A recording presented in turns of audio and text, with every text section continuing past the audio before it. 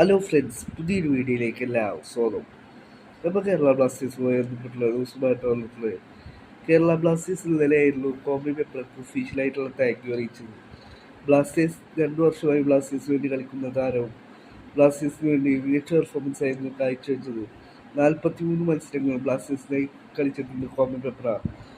43 മത്സരങ്ങളിൽ നിന്നും 14 ഗോളും 5 അസിസ്റ്റും കോമ്പി പെപ്ര ബ്ലാസ്റ്റേഴ്സിനായി സ്വന്തമാക്കിയിട്ടുണ്ട്. ബ്ലാസ്റ്റേഴ്സ് ആരാധകർക്കിടയിൽ അദ്ദേഹത്തിൻ്റെ കമ്മിറ്റ്മെൻറ്റ് വളരെയധികം ചർച്ച ചെയ്യുന്നൊരു കാര്യമാണ്.